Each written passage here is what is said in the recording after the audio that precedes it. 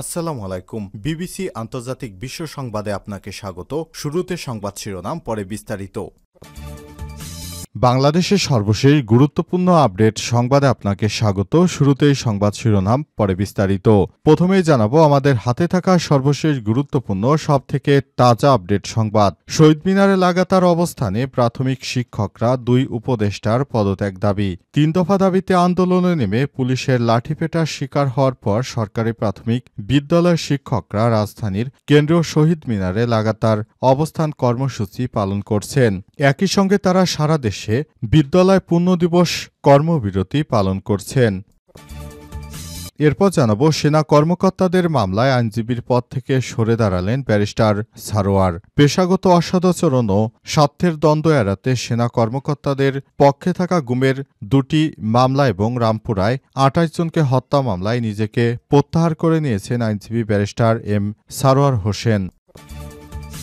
এদিকে সবার অংশগ্রহণে দেশ গড়তে চায় বিএনপি, নতুন সমীকরণের দিকে তাকিয়ে জামাত। আওয়ামী লীগের পতনের পর রাজনীতিতে এখন একক খেলোয়াড় বিএনপি, তাই শক্তিশালী দল হিসেবে তাদের সাথে পাশে থেকেই ভোটের মাঠে নামতে আগ্রহী ছোট বড় অন্যান্য দল। কারণ জয় তুলে সংসদে যায় বেশিরভাগের লক্ষ্য, আর মিত্রদের টেনে তুলতে হাত প্রসারিত করতে চলছে বিএনপিরও কাজ।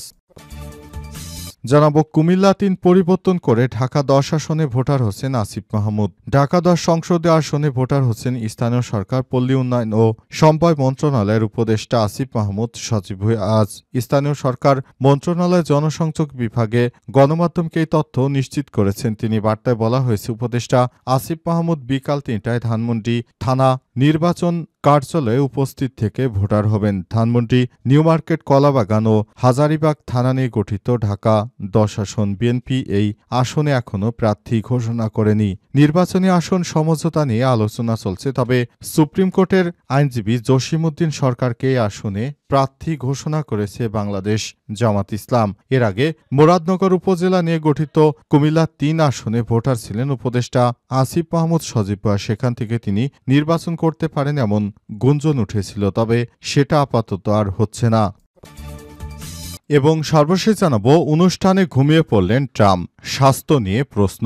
হোয়াইট হাউসের ওভাল অফিসে এক অনুষ্ঠানে মার্কিন প্রেসিডেন্ট ডোনাল্ড ট্রাম্পের চোখ বন্ধ করে রাখা কিছু ছবি ও ভিডিও সামাজিক যোগাযোগ মাধ্যমে ছড়িয়ে পড়েছে। সব ছবি ও ভিডিও ছড়িয়ে পড়ার পর তার কর্মকর্তা এবং স্বাস্থ্য নিয়ে প্রশ্ন উঠেছে তার কর্মক্ষমতা নিয়েও। আজ ওজন কমানো, ডায়াবেটিক্স নিয়ন্ত্রণে ব্যবহৃত কিছু ওষুধের দাম কমানোর ঘোষণা দিতে গিয়ে প্রেসিডেন্ট ট্রাম্প বেশ কয়েকবার চোখ বন্ধ করেছিলেন। খবর CNN-এর। অনেকেই বলছে ট্রাম্প নাকি মারা গেছেন, হঠাৎ করে অসুস্থ হয়ে মারা গেছেন। প্রিয় দর্শক, এতক্ষণ শুনছিলেন সংবাদ শিরোনাম, এবারে বিস্তারিত।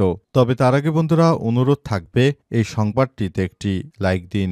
এই চ্যানেলে আপনি নতুন হয়ে থাকলে আমাদের সংবাদটি দেখতে দেখতে চ্যানেলটি সাবস্ক্রাইব করে রাখুন। কমেন্ট করে বন্ধুরা আপনার মূল্যবান মতামত জানিয়ে দিন আপনি বিশ্বের কোন দেশ থেকে বা বাংলাদেশের কোন স্থান থেকে আমাদের সংবাদটি দেখছেন এবং শুনছেন। আর বন্ধুরা, গাজা যুদ্ধে আপনি যদি নিরীহ ফিলিস্তিনিদের ভালোবেসে থাকেন, কমেন্টে ইয়েস লিখে বিশ্ববাসীকে জানিয়ে দিন। এবারে বিস্তারিত। শহীদ মিনারে লাগাতার অবস্থানে প্রাথমিকের শিক্ষকরা, 2 উপদেষ্টার পদত্যাগ দাবি। 3 দফা দাবিতে আন্দোলনে নেমে পুলিশের লাঠিপেটার শিকার হওয়ার পর সরকারি প্রাথমিক বিদ্যালয়ের শিক্ষকরা রাজধানীর কেন্দ্রীয় শহীদ মিনারে লাগাতার অবস্থান কর্মসূচি পালন করছেন। একই সঙ্গে তারা সারা দেশে বিদ্যালয় পূর্ণদিবস কর্মবিরতি পালন করছেন। রোববার 9 নভেম্বর দুপুরে শহীদ মিনার প্রাঙ্গণে গিয়ে দেখা যায় শত শত শিক্ষক এলাকাভিত্তিক দলগুলো হয়ে অবস্থান কর্মসূচি চালিয়ে যাচ্ছেন। আন্দোলনকারীরা 3 দফা দাবির দ্রুত বাস্তবায়ন এবং শনিবার শাহবাগে শিক্ষকদের উপর পুলিশের হামলার ঘটনায় স্বরাষ্ট্র উপদেষ্টা ও প্রাথমিক গণশিক্ষা উপদেষ্টার পদত্যাগ দাবি করেছেন। প্রাথমিক শিক্ষক দাবি বাস্তবায়ন পরিষদের সভাপতি শিক্ষক নেতা মোহাম্মদ শামসুদ্দিন মাসুদের সই করা এক সংবাদ বিজ্ঞপ্তিতে বলা হয়, পুলিশ বিনা উস্কানিতে শিক্ষকদের উপর হামলা চালিয়েছে, এর দায় সরকার এড়াতে পারবে না। শনিবার বিকেলে শাহবাগের শিক্ষকদের মিছিলে পুলিশ লাঠিপেটা, কাঁদানে গ্যাস, শেল, জলকামান, সাউন্ড গ্রেনেড ব্যবহার করে ছত্রভঙ্গ ছত্রভঙ্গ করে দেয়। এতে শতাধিক শিক্ষক আহত হয়েছেন। পুলিশ বলছে, শিক্ষকরা নিষেধাজ্ঞা অমান্য করে প্রধান উপদেষ্টার বাসভবন যমুনার দিকে অগ্রসর হলে বাধা দেয়া হয়। দেশে বর্তমান সরকারি প্রাথমিক বিদ্যালয় রয়েছে ৬৫,৫৬৭টি। এসব বিদ্যালয়ে শিক্ষার্থী ১,৬০,০০,০০০-এর বেশি এবং শিক্ষক ৩,৮৩,৬২৪ জনের মধ্যে সহকারী শিক্ষক রয়েছেন অসংখ্য। তারা তাদের দাবি আদায়ে মাঠে নেমেছে এবং তারা মাঠ থেকে উঠবে না বলে মন্তব্য করেছেন। সেনা কর্মকর্তাদের মামলায় আইনজীবীর পদ থেকে সরে দাঁড়ালেন ব্যারিস্টার সারোয়ার। পেশাগত অসদাচরণ ও স্বার্থের দ্বন্দ্ব এড়াতে সেনা কর্মকর্তাদের পক্ষে থাকা গুমের ২টি মামলা ও রামপুরায় ২৮ জনকে হত্যা মামলায় নিজেকে প্রত্যাহার করে নিয়েছেন আইনজীবী ব্যারিস্টার এম সারোয়ার হোসেন। আজ আন্তর্জাতিক অপরাধ ট্রাইব্যুনাল একে আনুষ্ঠানিকভাবে ওকালতনামা প্রত্যাহারের আবেদন জানান তিনি।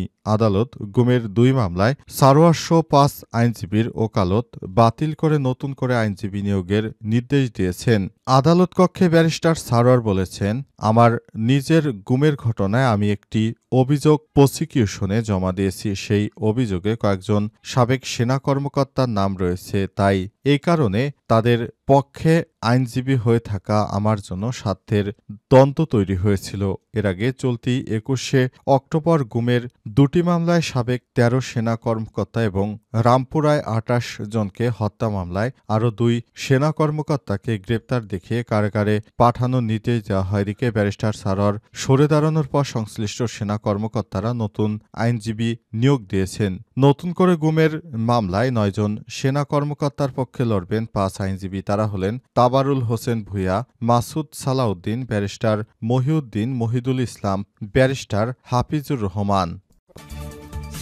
সবার অংশগ্রহণে দেশ গড়তে চায় বিএনপি, নতুন সমীকরণের দিকে তাকিয়ে আছে জামাত। আওয়ামী লীগ পতনের পর রাজনীতিতে এখন একক খেলোয়াড় বিএনপি, তাই শক্তিশালী দল হিসেবে তাদের সাথে ৫ থেকেই ভোটের মাঠে নামতে আগ্রহী ছোট বড় অন্যান্য দল। কারণ জয় তুলে সংসদে যা বেশিরভাগের লক্ষ্য, আর মিত্রদের টেনে তুলতে হাত প্রসারিত করছে বিএনপিও। কিন্তু এবারের নির্বাচনে সহজ জয়ের পথে থেকেও কেন এই নীতিতে হাঁটছে বিএনপি, এমন প্রশ্ন দলটির আইন বিষয়ক সম্পাদক ব্যারিস্টার কায়সার কামালের ভাষ্য। সবাইকে নিয়ে সরকার গঠনের পক্ষে বিএনপির হাইকমান্ড। চ্যানেল 24-কে সারোয়ার কামাল বলেছেন, দেশে আমাদের যে রাজনৈতিক নেতারা রয়েছেন ছোট বড়, কে বড় কে ছোট সেটি নয়, বরং যারা অপেক্ষাকৃত একটু ছোট বা দুর্বল তাদের প্রতি বেশি সহানুভূতিশীল বিএনপির ভারপ্রাপ্ত চেয়ারম্যান তারেক রহমান। তিনি কমফ্যাক্ট ফ্যাক্টর হিসেবে তিনি দেশের মধ্যে যাতে করে এই বিষয়টি নিয়ে কোনো সমস্যা তৈরি না হয় সেজন্য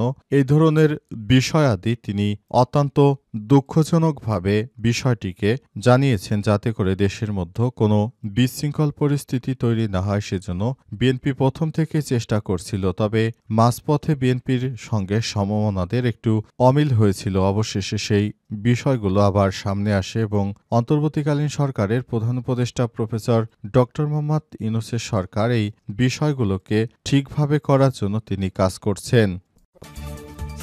কুমিল্লা ৩ পরিবর্তন করে ঢাকা ১০ আসনের ভোটার হোসেন আসিফ মাহমুদ। ঢাকা ১০ সংসদীয় আসনের ভোটার হোসেন স্থানীয় সরকার, পল্লী উন্নয়ন ও সমবায় মন্ত্রণালয়ের উপদেষ্টা আসিফ মাহমুদ সজীব ভূঁইয়া। তিনি তার জন্মসূত্র থেকে তিনি কুমিল্লার থেকে ভোটার হয়েছিলেন। তিনি বাংলাদেশী নাগরিক এবং বর্তমান উপদেষ্টা হিসেবে দায়িত্ব পালন করছেন। তবে তিনি আদতে নির্বাচন করবেন কি করবেন না সেই বিষয়টি নিয়ে আমরা এখনও স্পষ্টভাবে কোনো কিছু বলতে পারছি না। অন্তর্বর্তীকালীন সরকারের প্রধান উপদেষ্টা প্রফেসর ড.